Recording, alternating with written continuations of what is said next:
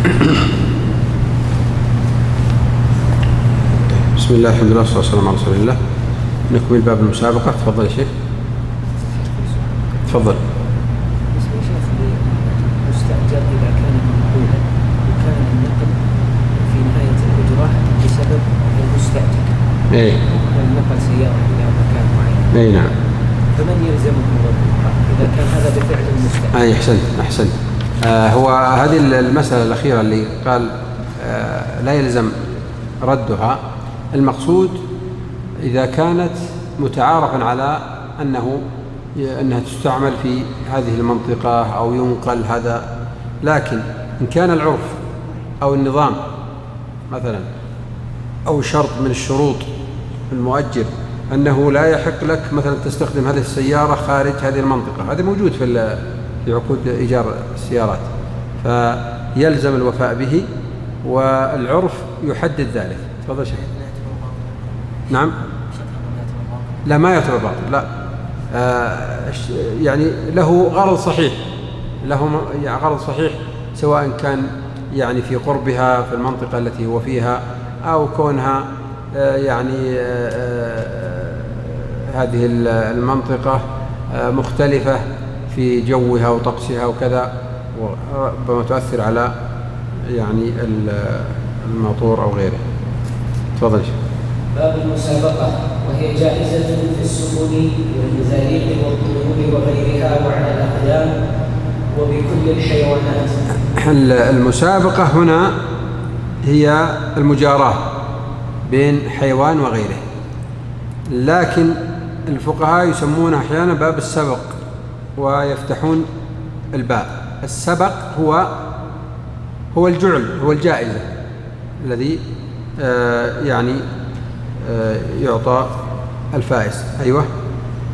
لكن لا يجوز أخذ العوض إلا في مسابقة الخيل والإبل والسهام. إذا المسابقة من دون عوض جائزة، لكن السبق الذي هو أخذ العوض في الجائزة في السباق لا يجوز إلا في هذه الثلاث: مسابقة الخيل والإبل والسهام.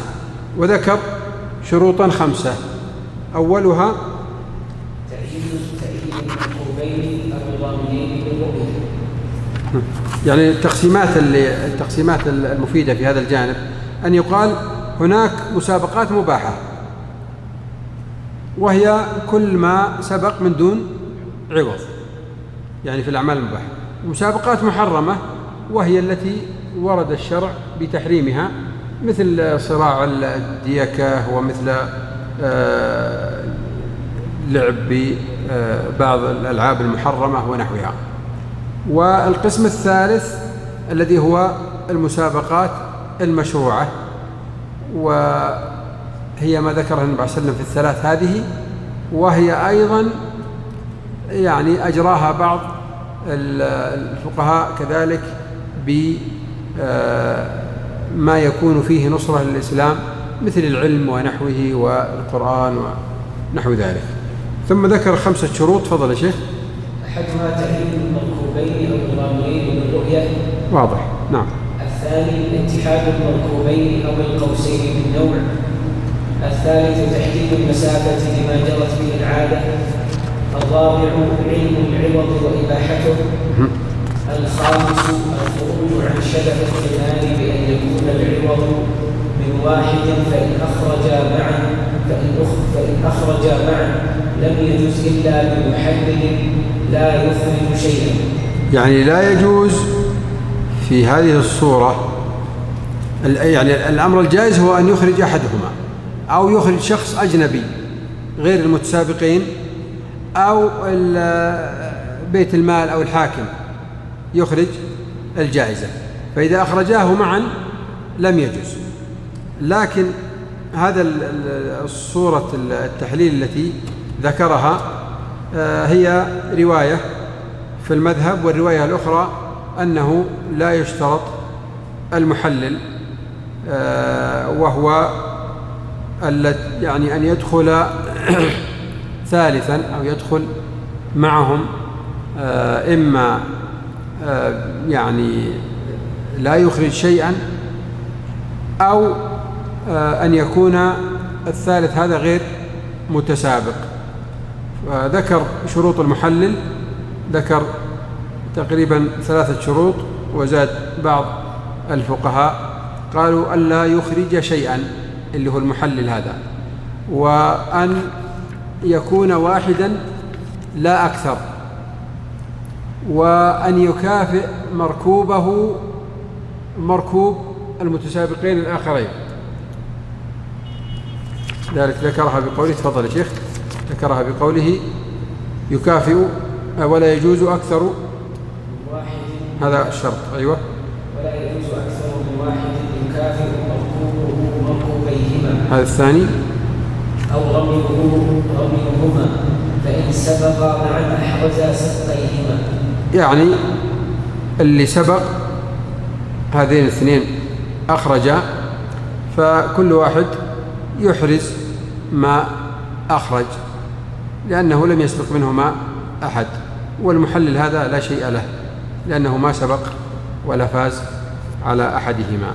أيوة، فإن سبق معا أحرز سبقيهما ولم يأخذ من المحلل شيئا، وإن سبق أحدهما أو سبق المحلل أحرز السبقين. والمسابقة جعالة لا يؤخذ بعوضها رهن ولا كفيل، ولكل فسخها ما لم يظهر الفضل لصاحبه. لأن الجعالة هنا أمر على ما لم يتحقق القدرة على تسليمه، يعني لم نتحقق قبل السباق من هذا الأمر، فالعوض الذي يؤخذ هنا يخرج على أنه جعالة وليس يعني وليس أجرة أو نحو ذلك. طيب، تفضل. كتاب العارية، وهي مستحبة منعقدة بكل قول أو فعل يدل على العارية بالتخفيف وبالتشديد، يقال عارية ويقال عارية. واصطلاحا هي كل عين مأخوذة للانتفاع بها بلا عوض. السلام الله حلو الشيخ، تفضل.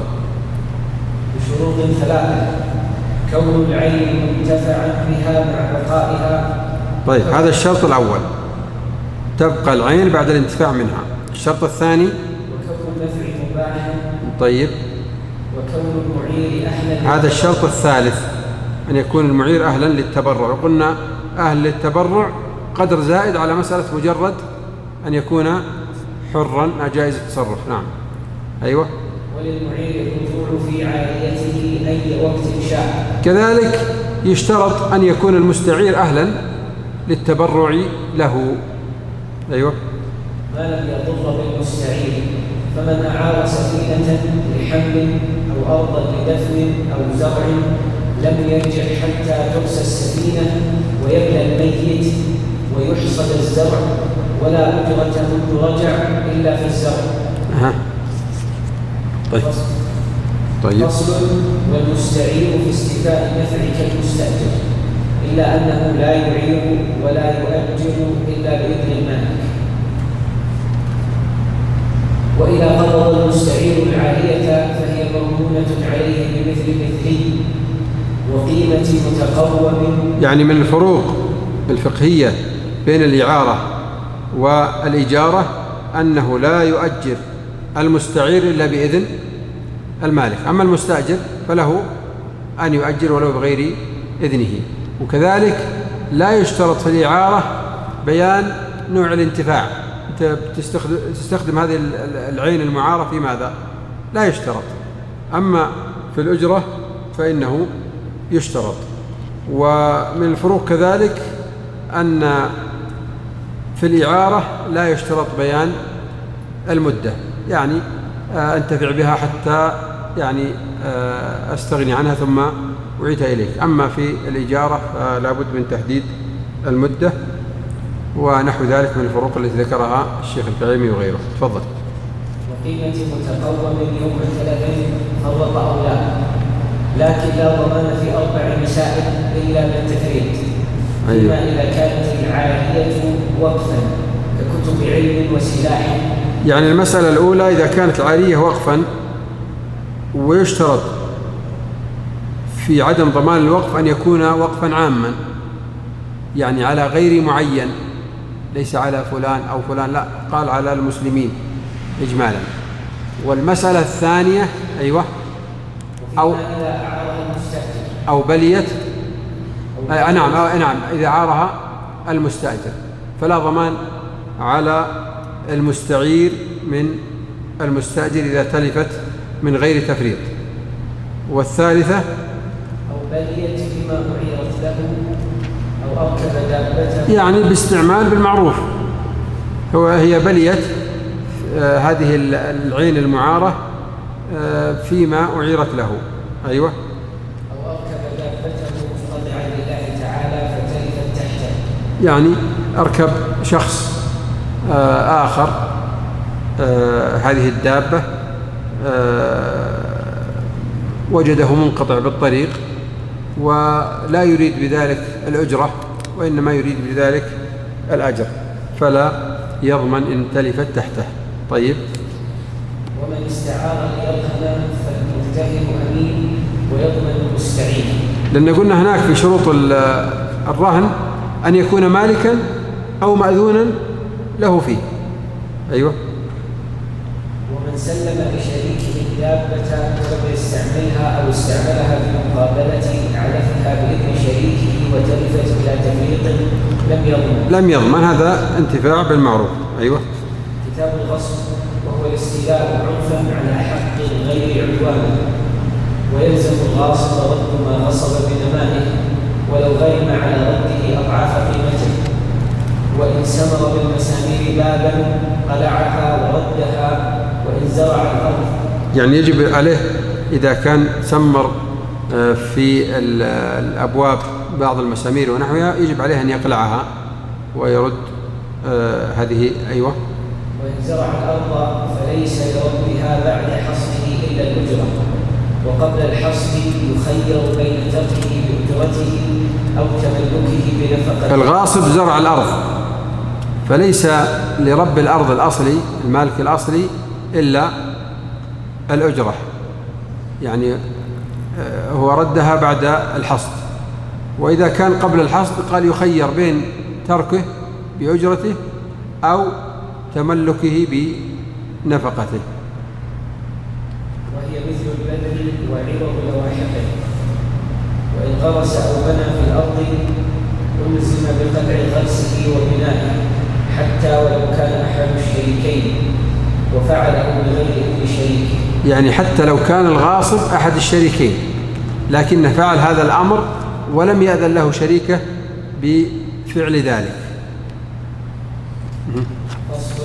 وعلى الغاصب أرش نقص المغصوب وأجرته مدة مقامه بيده، فإن تلف ضمن المثلية بمثله والمتقوم بقيمته يوم تلفه في بلد غصبه، ويضمن مصابا مباحا من ذهب أو فضة بالأكثر من قيمته. دائما الفقهاء رحمه الله يتكلمون عن ضمان المغصوب ويقولون ضمان غصب، هذا المقصود بضمان الغصب. ذكر ضمان المثليات أنها تكون بمثلها، والمثلي كما ذكرنا بالأمس هو كل مكيل وموزون لا صناعة فيه مثل الحبوب ونحوها. أما القيمي فهو كل ما عدا المثلي مثل الكتب والسيارات ونحوها. أيوة. ويضمن مصابا مباحا من ذهب أو فضة بالأكثر من قيمته أو وزنه والمحرم. هذا المقصود بضمان الغصب، أنه يضمن بالأكثر من قيمته أو وزنه. أيوة. ويقبل قبل الغاصب في قيمة المغصوب وفي قدره، ويضمن جنايته وإتلافه بالأقل من الأرش أو قيمته. وإن أطعم الغاصب، يعني الغاصب يضمن جناية الأمر الذي غصبه، لو غصب دابة فجنت مثلا أو عبدا وما أتلفه يضمنه بالأقل من الأرش أو قيمة المغصوب، أيهما أقل فيضمن به. وإن أطعم الغاصب ما غصبه حتى ولو لمالكه فأكله ولم يعلم لم يبرأ الغاصب، وإن علم الآكل هو غصب طعاما وأكل أو دعا إليه أناسا من ضمنهم المغصوب منه هذا فأكل، فإن الغاصب لا يبرأ بهذا الأمر، لا يبرأ بكون المغصوب منه أكل مع هؤلاء الناس. أيوة. وإن علم الآكل حقيقة الحال استقر الضمان عليه. ومن اشترى أرضا فغرس أو بنى فيها فخرجت مستحقة للغير وبلع غرسه وبناؤه رجع على البائع بجميع ما غيره. هذه اللي قلنا عهدة المبيع. هنا بان المباع مستحقا لغيره، وهو قد تكلف وقال وغرس وبنى، فإن يزال هذا الغرس والبناء ويرجع على البائع الذي غره بكل تكلفته أو بكل ما تكلف به. أيوة. فصل. ومن أتلف ولو سوى مالا لغيره ضمنه، وإن أكره على الإتلاف ضمن ما أكرهه. ضمن من أكرهه. الآن المكره والمكره، هو أتلف. الصورة الأولى واضحة، يعني أتلف مالا لشخص آخر، ولو كان الإتلاف سهوا يضمن. لكن الثانية إذا كان الإتلاف من مكره، فمن الذي يضمن؟ يضمن من أكرهه. أيوة. وإن فتح قفصا عن قائل. تفضل شيخ عبد الله. أيوة. يضمن الفعل المكره والقول يضمن. أي يعني يفرقون بينه ويفرقون بالإكراه الملجئ وغير الملجئ، يعني الذي لا يكون له فيه يعني إمكان في أن يخالف المكره. أحسنت شاء الله، جزاك الله خير. أيوة. وإن فتح قفصا عن طائر أو حل قنا أو أسيرا. فتح القفص عن طائر فطار فيضمنه. أيوة. أو حل قنا أو أسيرا أو حيوانا مضبوطا فذهب، أو حل وكاء زرق فيه مائع فاندفق ضمنه. الوعاء اللي يكون يعني فيه شيء من المائعات فتحه. أيوة. ولو بقي الحيوان أو الطائر حتى نفره آخر ضمن المنفر. يعني هو فتح وخرج هذا الطائر من القفص لكنه لم يخرج، فجاء شخص آخر ونفر هذا الطائر، فالذي يضمن هو المنفر. أيوة. ومن أوقف دابة بطريق. لأنه إيش؟ لأنه هو المباشر. أيوة. ومن أوقف دابة بطريق ولو واسعا أو ترك بها نحو طين أو خشبة ضمن ما تلف بذلك. لكن لو كانت الدابة بطريق واسع فضربها فرفست فلا ضمان. ومن اختنى كلبا عقورا أو أسود بهيما أو أسدا أو ذئبا أو جارحا فأتلف شيئا ضمنه. يعني يضمن مقتني هذه الحيوانات ما أتلفته. لا إن دخل دار ربه بلا إذنه.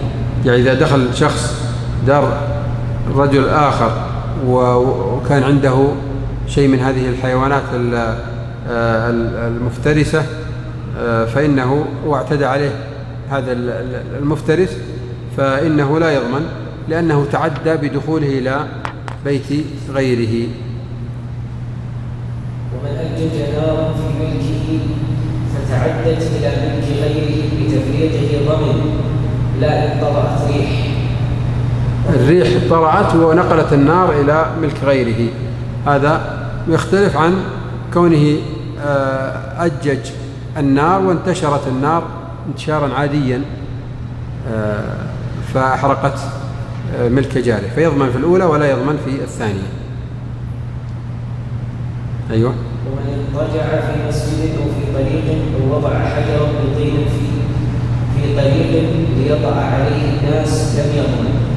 لأن في هذا الأمر اللي هو وضع الحجر في الطريق اللي يطأ عليه الناس فيه مساعدة لهم وفيه إعانة وفيه تبرع منه هو، فلا يضمن ما وقع بسببه. أيوة. فصل: ولا يضمن وقف بهيمة غير ضارية. البهيمة الضارية عكس غير الضارية. الضارية هي التي يعني يعلم من عادتها الجناية والاعتداء ونحو ذلك، فاشترطوا لعدم ضمان ما أتلفته البهيمة 4 أمور. فاشترطوا أولا أن تكون البهيمة غير ضارية ولا جارحة، يعني غير معتادة للجناية على غيرها. كذلك اشترطوا أن يكون الإتلاف نهارا، فإذا كان ليلا فإنه يضمن. كذلك اشترطوا ألا تكون يد صاحبها عليها. كذلك اشترطوا ألا يكون بتفريط من صاحبها، فإذا أتلفت ولو في النهار يعني بتفريط من صاحبها فإنه يضمن. أيوة.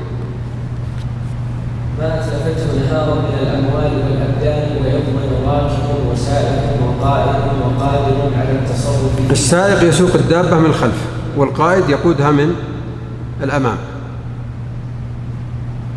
وإن تعدد راكب ضمن الأول أو من خلفه إن انفرد بتدبيرها، وإن اشترك في تدبيرها أو لم يكن إلا قائد وسائق اشترك في الضمان. ويضمن ربها ما أتلفته ليلا إن كان بتفريطه، وكذا مستعيرها. النبي صلى الله عليه وسلم قال على أهل الحوائط حفظها نهارا، هذا قضاء صلى الله عليه وسلم، وعلى المواشي حفظها ليلا ويضمن ربها ما أتلفته. ومستأجرها ومن يحفظها. ومن قتل صائلا عليه ولو آدميا دفعا عن نفسه أو ماله، أو أتلف مزمارا أو آلة لهو، أو كسر إناء فضة أو ذهب، أو فيه خمر مأمور بإراقته، أو كسر حليا محرما، أو أتلف آلة سحر أو تعزيز أو تنجيب أو صور خيال. هذه كلها المتلفات التي لا عوض فيها، أو المهدرات. أو أتلف كتب مبتدعة مضلة، أو أتلف كتابا فيه أحاديث رديئة لم يضمن في الجميع. يعني يقيد الحاكم. أيوة. كون هذا الإنسان فعلها احتسابا وبإذن الحاكم فإنه لا يضمن، يعني بإذن الإمام. أما إن فعل شيئا من ذلك بغير إذن الإمام، أو لم يكن فعله ذلك احتسابا وإنما كان انتقاما ونحوه، فإنه يضمن. إذ الأمر بالمعروف باليد موكول إلى من بيده السلطة. أيوة. باب الشفعة. لا شفعة لكافر على مسلم. الشفعة هي استحقاق الشريك انتزاع حصة شريكه في أو ممن انتقل إليه بعوض مالي. الآن عندنا أسامة ولا أسامة ولا أسامة عبد الله وطلال، شريكان في أرض. أراد أحدهما أن يبيع يعني نصيبه. ليس من حق أحد الشريكين أن يبيع على ثالث إلا بإذن شريكه. لكن متى يملك الشريك الشفعة وهو أخذ أو انتزاع الشخص هذا أو الحصة هذه، انتزاعها بمثل الثمن الذي انتقلت إلى، يعني أحدنا يريد أن يبيعها، يبيع نصيبه ب50,000، ليس من حق أن يبيع ب50,000 إلا إذا كان شريكه الآخر لن يشتريها بنفس المبلغ. واضح؟ طيب، وشرطوا لها شروطا ستأتي معنا إن شاء الله تعالى. إذا لا شفعة لكافر على مسلم، هذا واحد. وتثبت للشريك فيما انتقل عنه ملك شريكه بشروط 5. أحدها كونه مبيعا، هذا الشرط الأول، أن يكون الشخص انتقل عن طريق البيع، يعني بعوض مالي، ليس هبة ولا إرثا ولا. أيوة. فلا شفعة فيما انتقل عنه ملكه بغير بيع. الثاني كونه مشاعا من عقار. مشاع يعني غير مفروز، غير محدد، غير معين، من عقار، ثلث أو نصف أو نحوه. أيوة. فلا شفعة للجار ولا فيما ليس بعقار، كشجر وبناء منفرد ويؤخذ الغراس والبناء تبعا للأرض. الثالث طلب الشفعة ساعة يعلم، يعني أحد الشريكين علم أن صاحبه سيبيع، إذن هي على الفور، لا بد أن يطلب الشفعة ساعة علم. فإذا أخر ذلك ولم يكن لعذر، مثلا أن يكون مسافرا أو غير ذلك، أو لم يعلم، فإنها تسقط الشفعة. فإن أخر لغير عذر سقطت. والجهل بالحكم عذر، يعني إذا كان لا يعلم أنه يجوز له أن يأخذ أو أنه يستحق هذه الشفعة جهلا منه، فإنه عذر يعني ولو تأخر في الطلب. الرابع أخذ جميع المبيع، فإن طلب أخذ البعض مع بقاء الكل سقطت. يعني كان مثلا الجزء اللي سيبيعه هو 1000 متر، فقال أنا أخذ الشفعة في 500 متر فقط. لا، إما تأخذ الشفعة في كامل يعني الأرض أو ليس لك ذلك. أيوة. والشفعة بين الشفعاء على قدر أملاكه. الخامس سبق ملك الشفيع لرقبة العقار، فلا شفعة لأحد اثنين اشتريا عقارا معا. أيوة. وتصرف المشتري بعد أخذ الشفيع بالشفعة، لو اشترى واحد، اشترى اثنين أرض، فلا يشفع أحدهما على الآخر ليأخذ شقصه، هم اشتروها في وقت واحد. طيب. وتصرف المشتري بعد أخذ الشفيع بالشفعة باطل وقبله صحيح، لأن الشفيع يتملك الشخص أو المبيع بمجرد المطالبة فقط. مجرد مطالبته يحرم على المشتري الآخر الذي من خارج الشريكين التصرف بالشراء. ويلزم الشفيع أن يدفع للمشتري الثمن الذي وقع عليه العقد، فإن كان مثليا فمثله، أو متقوما فقيمته، فإن جهل الثمن ولا حيلة سقطت الشفعة.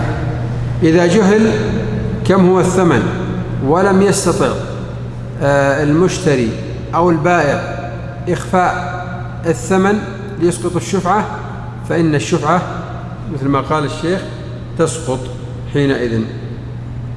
وكذا إن عجز الشفيع ولو عن بعض الثمن وانتظر 3 أيام ولم يأتي به.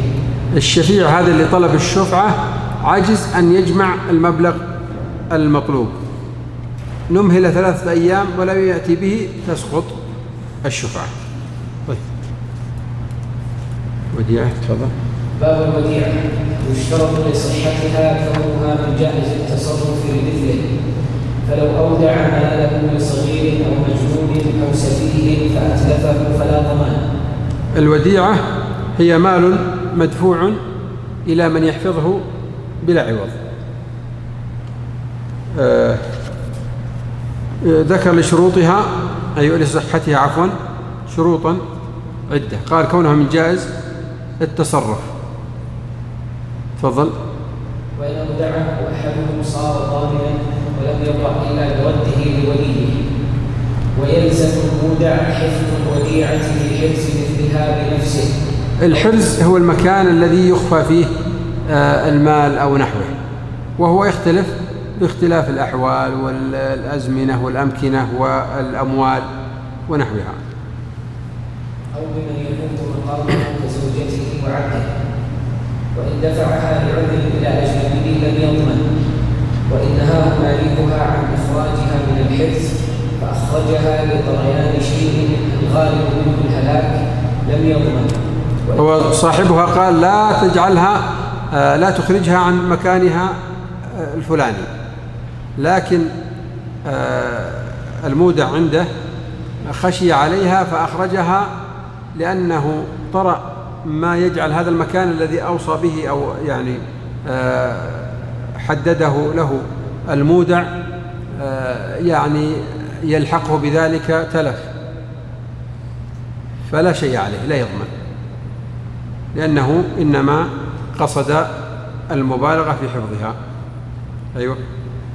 وإن تركها ولم يخرجها أو أخرجها لغير خوف ضمن. فإن قال له لا تخرجها ولو خفت عليها فحصل خوف وأخرجها أو لا لم يضمن.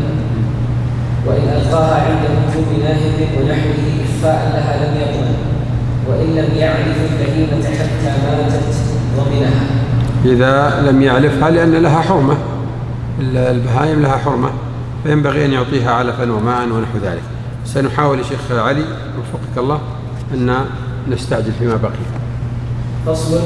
وإن أراد المودع السفر رد الوديعة إلى مالكها أو إلى من يحفظ ماله عادة أو إلى وكيل، فإن تعذر ولم يخف عليها معه في السفر سافر بها ولا ضمان. فإن خاف عليها دفعها للحاكم، فإن تعذر فلثقة. ولا يضمن مسافر مودع فسافر بها فتلفت في السفر.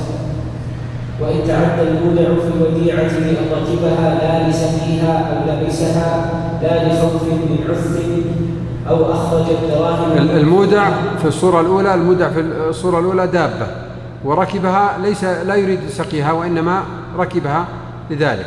أو في الصورة الثانية ثوب ولبسه ليس لخوف عثة، العث الذي هو يفسد السوسة التي تفسد الثياب، أو أخرج الدراهم لينفقها ثم ردها أو حل كيسها، فهذا فعل فعلا محرما عليه، حرم عليه وصار ضامنا. أيوة. ووجب عليه ردها فورا ولا تعود أمانة بغير عقد متجدد. وصح كلما خنت ثم عدت إلى الأمانة فأنت أمين. يعني يقول المالك المودع كلما خنت ثم عدت إلى الأمانة فإني أستأمنك، حتى لو وقع منك فهو أمين. طيب. فصل. والمودع أمين لا يضمن إلا إن تعدى أو فرط أو خان، ويقبل قوله بيمينه في عدم ذلك وفي أنها تلفت أو أنك أمنت لي في دفعها لفلان وفعلت. يقبل قوله في أنه لم يخن، في أنه لم يفرط، في أنه لم يتعدى، أو يقبل قوله كذلك في أنها تلفت، أو يقبل قوله في أنك أذنت لي أن أفعل بها كذا وكذا أو فعلت. وإن ادعى الرد بعد نطقه بلا عذر أو ادعى ورثته الرد لم يقبل إلا ببينة، وكذا كل أمين. وحيث أخر ردها بعد طلب بلا عذر ولم يكن لحملها مؤنة ضمن. وإن أكره على دفعها لغير ربها لم يضمن. وإن قال له عندي 1000 وديعة ثم قال قبضها أو تلفت قبل ذلك أو ظننتها باقية ثم علمت تلفها صدق بيمينه ولا ضمان. وإن قال قبضت منه 1000 وديعة فتلفت فقال بل غصبا أو عارية ضمن. باب إحياء الموات، وهي الأرض الخراب الدارسة التي لم يجري عليها ملك لأحد ولم يوجد فيها أثر عمارة. هي أرض الخراب الدارسة أو أرض منفكة عن ملك أو عن اختصاص، وهذا مهم جدا التفريق بينهما. أيوة. وعمارة كالخيل التي لهبت أنهارها واندرست آثارها ولم يعلم لها مالك. فمن أحيا شيئا من ذلك ولو كان ذميا أو بلا إذن الإمام ملكه بما فيه من معدن جامد كذهب وفضة وحديد وكحل ولا خراج عليه إلا إن كان ذميا لا ما فيه من معدن جار كنفط وقار. ومن حفر بئرا المعادن الجارية هي التي كلما أخذ منها خلفها غيرها كالنفط والقار. أيوة. ومن حفر بئرا ليس النفط هذا الموجود، لكن يبدو أنه ليس بعيدا عنه. كلما أخذ منه عاد هذه المعادن الجارية. أظنهم يذكرون كذلك الماء والملح أنه من الذي كلما أخذ منه يأتي غيره ويخلفه غيره. أيوه. ومن حفر بئرا بالسابلة ليرتفق بها كالسفارة لشربهم ودوابهم فهم أحق بماء. السابلة الطريق هو حفر بئر في الطريق يرتفق الناس بها ينتفعون بها، أهل السفر، السفارة أو السفارة. أيوه. وبعد رحيلهم تكون سبيلا للمسلمين فإن عادوا كانوا يعني وقف، سبيل يعني وقف. فصل.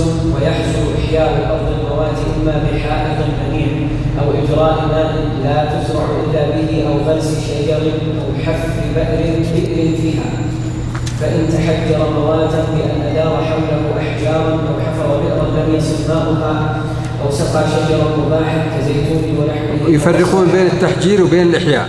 أيوة. أو أصلحه ولم يركبه لم يملكه لكنه أحق به من غيره ووارثوه بعده، فإن أعطاه لأحد كان له. ومن سبق إلى مباح فهو له كصيد وعنبر ولؤلؤ ومرجان وحطب وثمر ومنبوذ رغبة عنه، والملك مقصور فيه على القدر المأخوذ. باب الجعالة، وهي جعل مال معلوم لمن يعمل عملا مباحا ولو مجهولا، كقوله من رد بقبضته أو بنى لي هذا الحائط أو أذن بهذا المسجد شهرا فله كذا. فمن فعل العمل بعد أن بلغه الجعل استحقه كله، وإن بلغه في أثناء العمل استحق حصة تمامه وبعد. إذن عندنا هنا الجعالة، إما أن يعمل بعد أن يبلغه الجعل، يعمل العمل هذا بعد أن يبلغه الجعل، هذا يستحقه كاملا. الحالة الثانية أن يبلغه أثناء العمل أنه من فعل كذا أعطيته كذا وكذا جعلا، فيتمه ويستحق حصة يعني التمام فقط، تمام العمل فقط منذ علم. الثالثة أن يبلغه بعد تمام العمل، ففي هذه الصورة لا يستحق شيئا. طيب تفضل. سؤال لو كان بعد العمل استحق الجعل، هل يكون على مثلا من وعده بهذا الجعل أن يعطيه من باب الديانة، ولا يستحقه ملكا لكن من باب الديانة أن يعطيه بما أنه وعده؟ يعني هو الجعالة ليس فيها عاقد متفق معه بداية العمل مثل الأجرة مثل البيع. الجعالة من فعل هذا فهو إلى الآن لم يجب له، يعني لم يجب في ذمته إعطاء هذا الأمر، وهي يعني أشبه بالتبرع منها بشيء آخر. لذلك أجازوها في صور لم يجوز فيها الإجارة.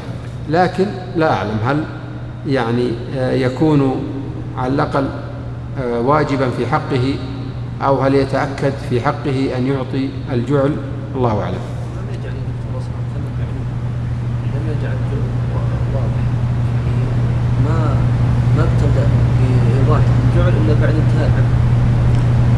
لا، هو هذا اليوم قال هذا العمل، هذه الكلمة، أو قبل 5 أيام قال لو أحد نظف هذا المكان اللي عند المسجد يعني سأعطيه كذا.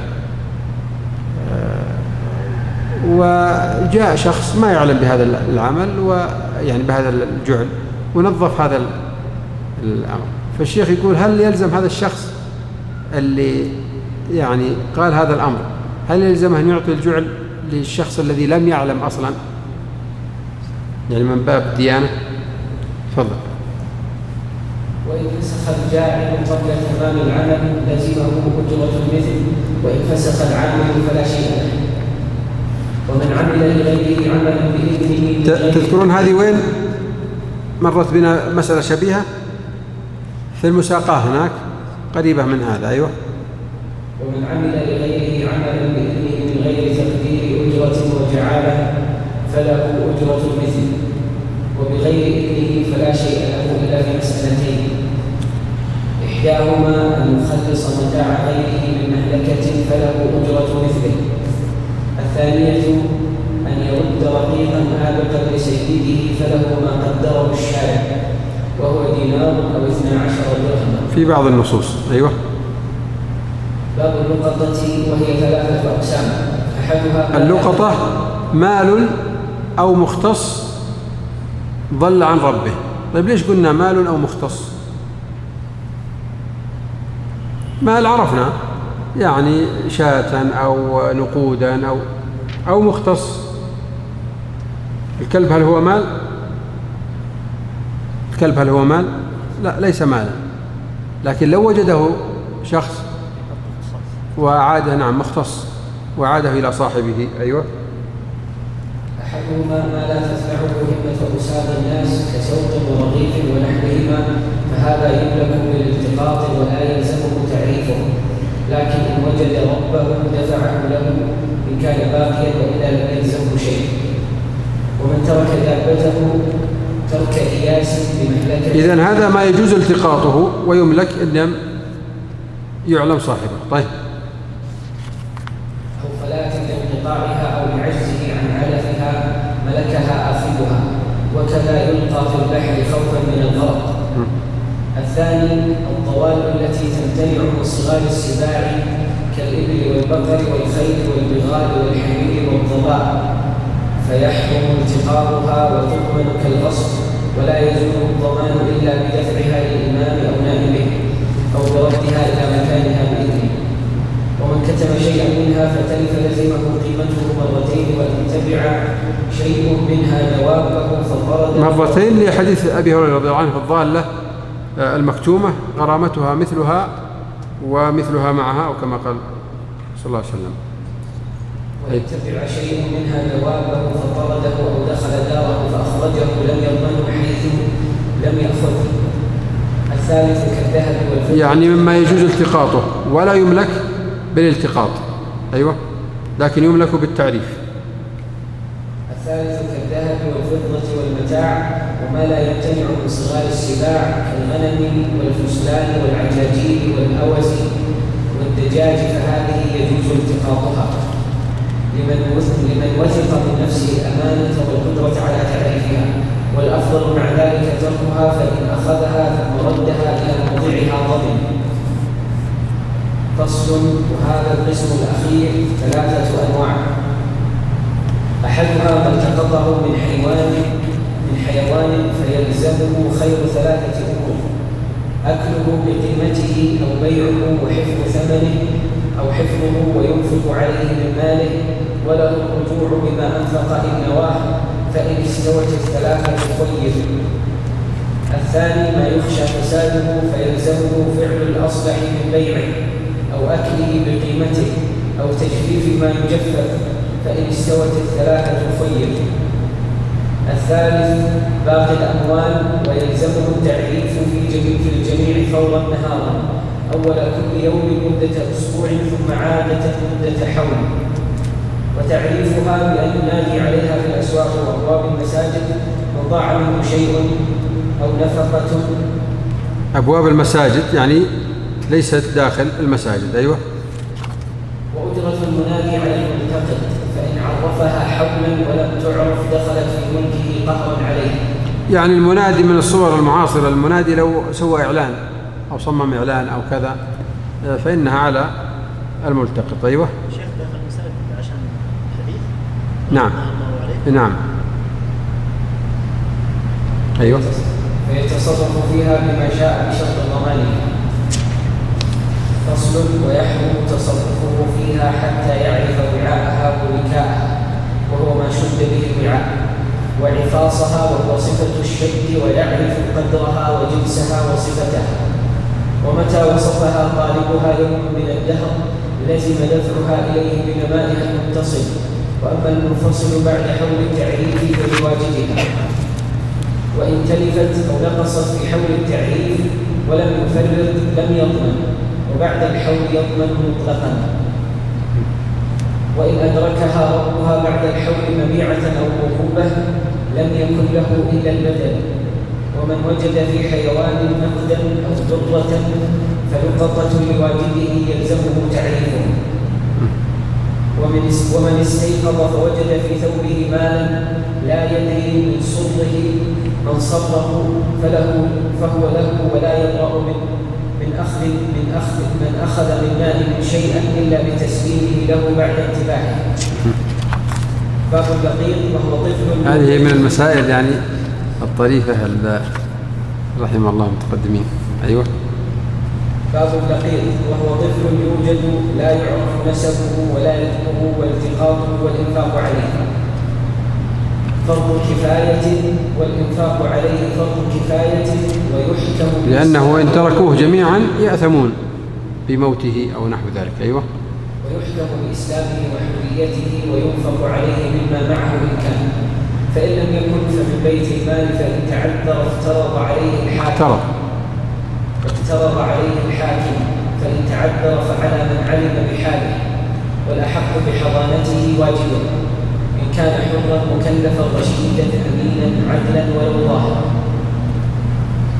فصل. وميراث اللقيط وديته إن قتل لبيت المال، وإن ادعاه من يمكن كونه منه من ذكر أو أنثى ألحق به ولو ميتا وثبت نسبه وإرثه. وإن ادعاه اثنان فأكثر معا قدم من له بينة، فإن لم تكن عرض على القافة، فإن ألحقته بواحد لحقه، وإن ألحقته بالجميع لحقه، وإن أشكل أمره ضاع نسبه. ويكفي طائف واحد هو كالحاكم، فيكفي مجرد خبره بشرط كونه مكلفا ذكرا عدلا حرا مجردا في الإصابة.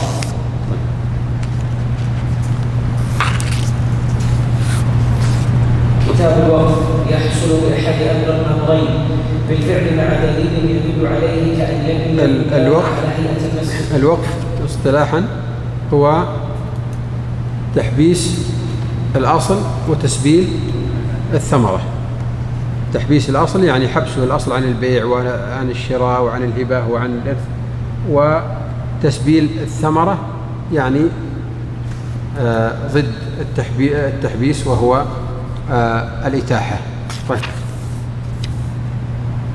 كتاب الوقف يحصل بأحد أمرين بالفعل مع دليل يدل عليه كأن يبني بنيانا على هيئة المسجد ويأذن إذنا عاما بالصلاة فيه، أو يجعل أرضه مقبرة ويأذن إذنا عاما بالدفن فيها. وبالقول وله صريح وكناية، فصريحه وقفت وحبست وسبلت، وكنايته تصدقت وحرمت وأبدت. فلا بد فيها من نية الوقف ما لم يكن على قبيلة كذا أو طائفة كذا. فصل.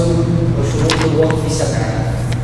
أحدها كونه من مالك جائز التصرف أو ممن يقوم مقامه. الثاني كون الموقوف عين يصح بيعها وينتفع بها نفعا مباحا مع بقائها، يعني غير مصحف. أيوة. فلا يصح وقف مضروب ومشروب غير الماء، ولا وقف دهن وشمع وأثمان وقناديل نقد على المساجد ولا على غيرها. الثالث كونه على جهة بر وقربة كالمساكين والمساجد والقناطر والأقارب، فلا يصح على الكنائس ولا على اليهود والنصارى ولا على جنس الأغنياء أو الفساق. أما لو وقف على ذمي أو فاسق أو غني معين صح. الوقف على جنس اليهود، جنس النصارى، جنس الأغنياء، جنس الفساق لا يجوز. لكن لو وقف على فلان الغني أو فلان الذمي أو فلان الفاسق صح. لماذا؟ ما الفرق بينهما؟ هنا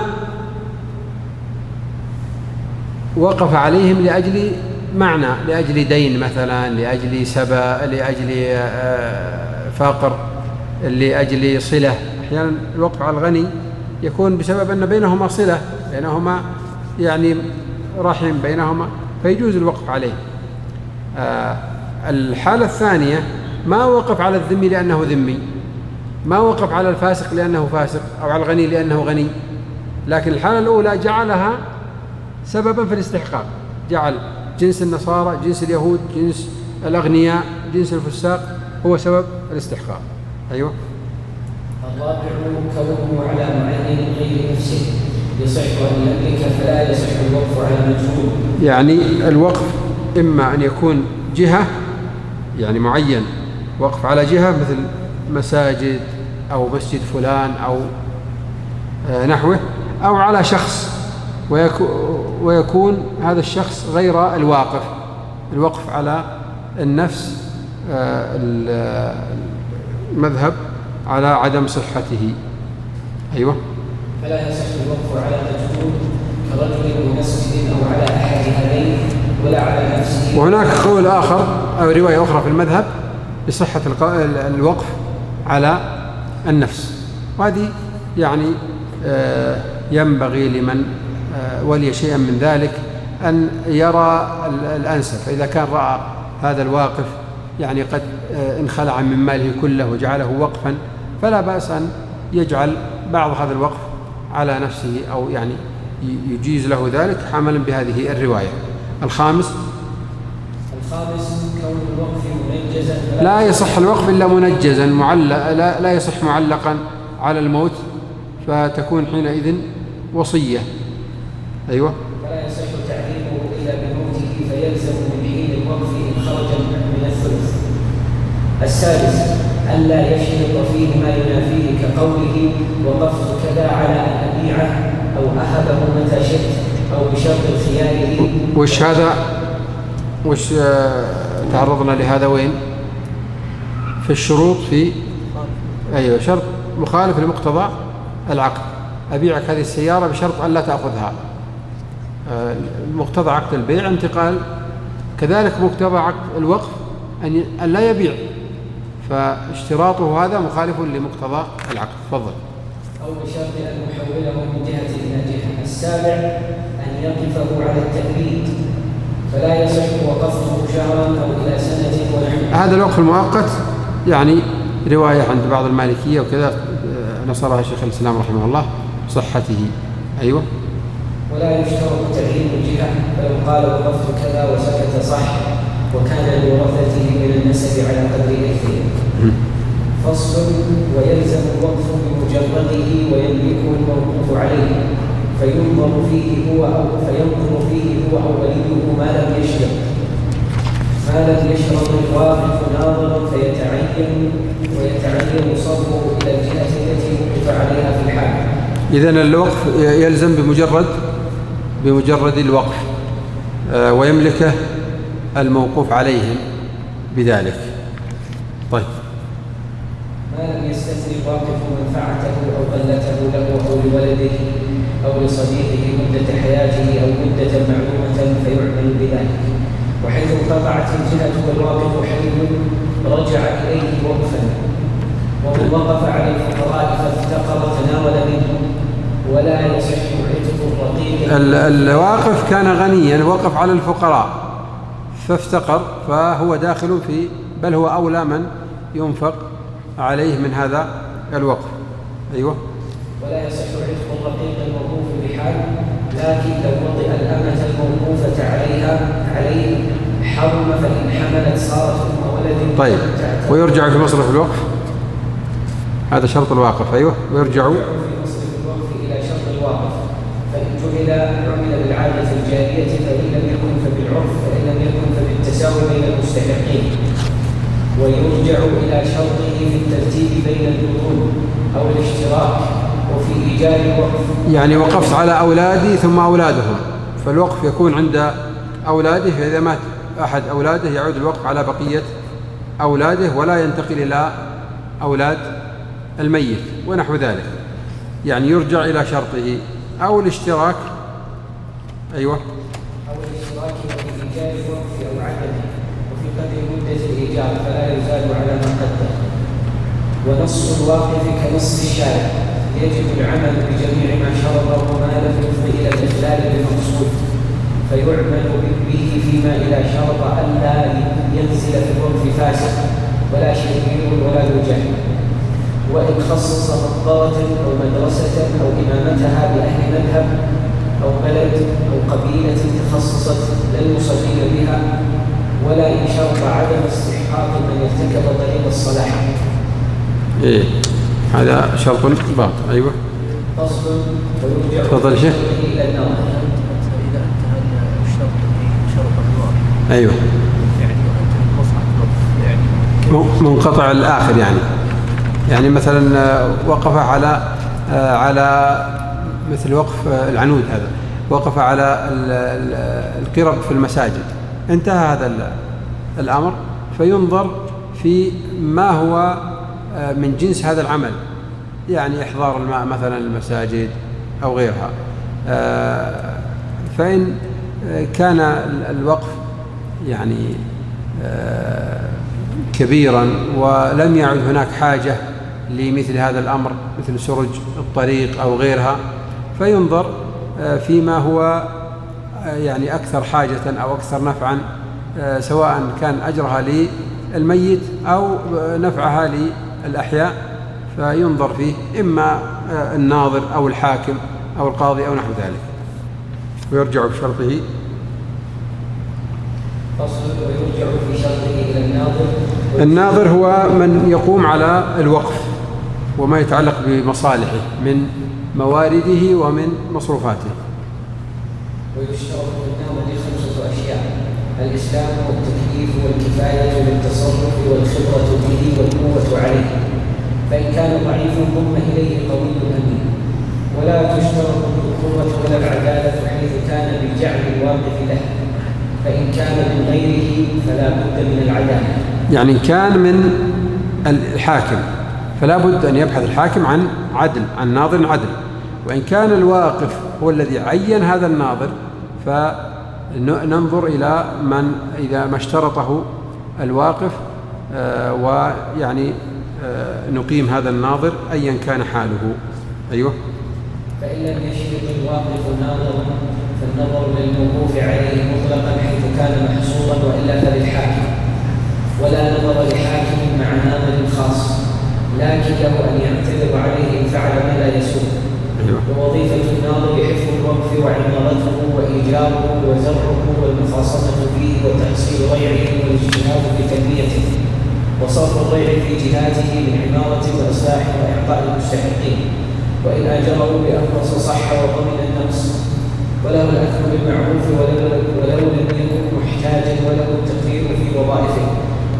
ومن قرر في وظيفة على وفق الشرع حرم إخراجه منها بلا موجب شرعي، ومن نزل عن وظيفة بيده لمن هو أهل لها صح وكان أحق بها. يعني هذه من المسائل التي يذكرها الفقهاء في الأماكن المناسبة لها. يعني والآن يتحدث عن الناظر ونحوه، يعني تجاوز إلى مسألة المسائل المشابهة التي يمكن أن تحصل ويكون مأخذها ومناطها نفس الحكم. أيوة. وما يأخذه الفقهاء من الوقف فكالرزق في البيت المالي لا كجعل ولا كأجرة. فصل ومن وقف على ولده وولد غيره دخل الموجودون فقط من ذكور وإناث بالسوية من غير تفضيل، ودخل أولاد الذكور خاصة.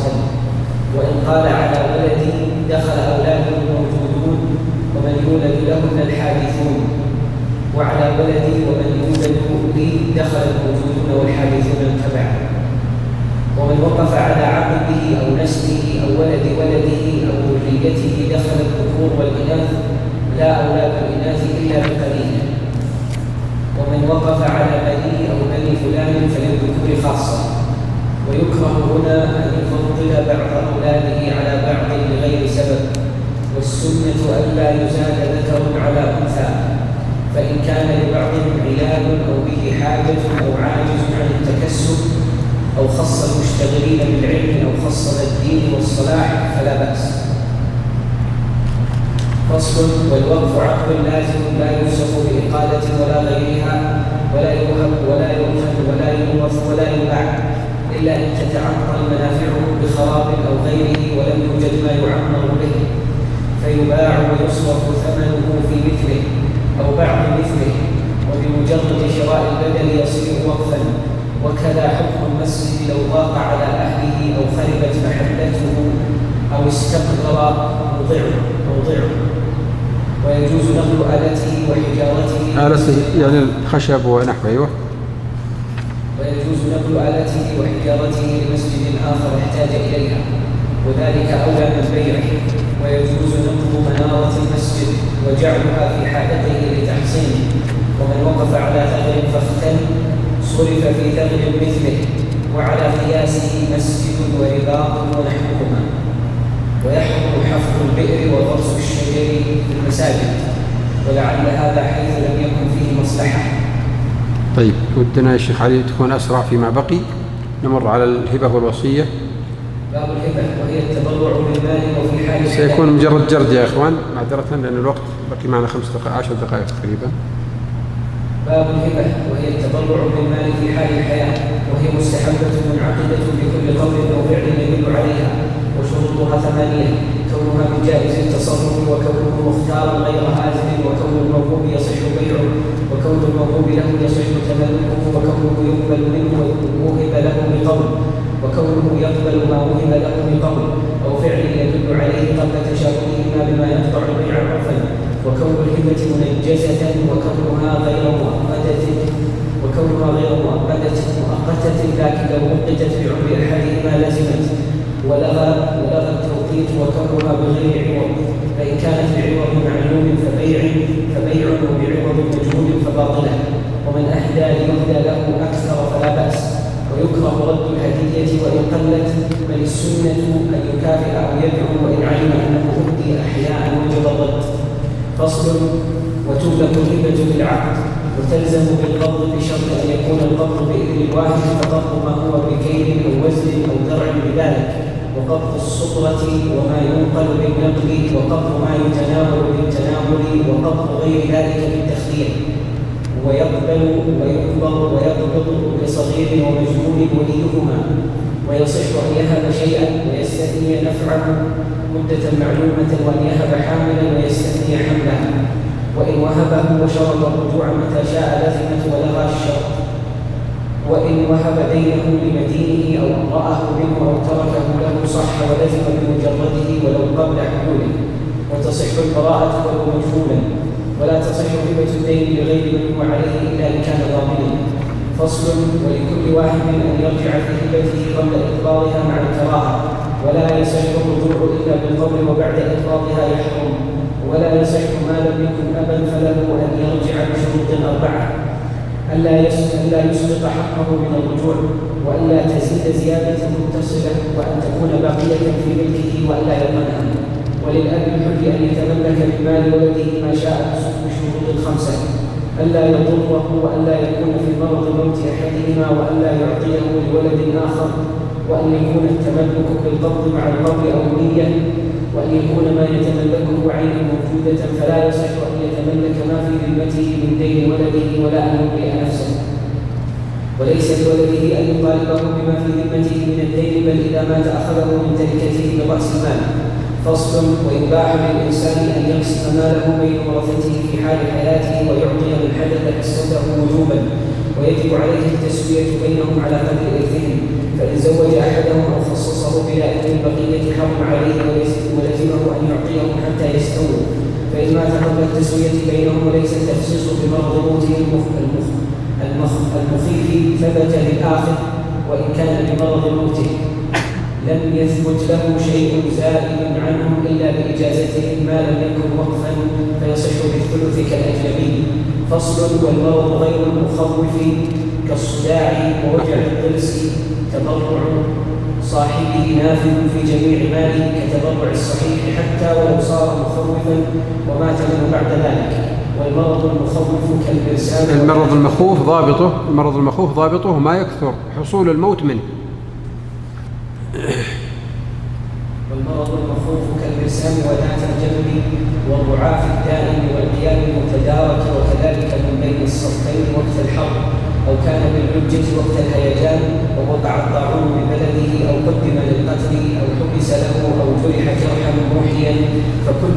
أصابه شيء من ذلك ثم تبرع ومات نفذ تبرعه بالثلث فقط للأجنبي فقط، وإن لم يمت فكالصحيح. كتاب الوصية. تصح الوصية من كل عاقل أن يعاني الموت ولو مميز. الوصية هي الأمر بالتصرف بعد الموت.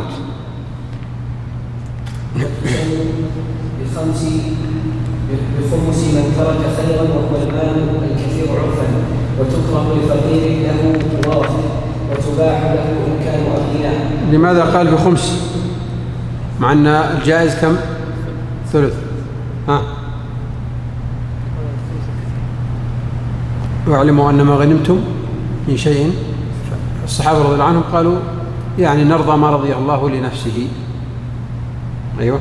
وتكره لفقير له ورثة، وتباح له إن كانوا أغنياء، وتجب على من عليه حق بلا بينة، وتحرم على من له وارث بزائد على الثلث ولوارث بشيء، وتصح وتقف على إجازة ورثة، والاعتبار بكون من وصي أو وهب له وارثا أو لا عند موته، وبالإجازة أو الرد بعده.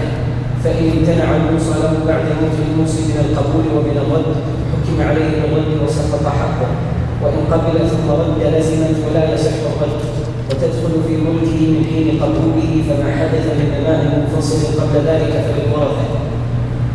وتبطل الوصية بخمسة أشياء: برجوع الموصي بقول وفعل يدل عليه، وبموت الموصى له قبل الموصي، وبقتله للموصي، وبرده للوصية، وبتلف العين المعينة الموصى بها.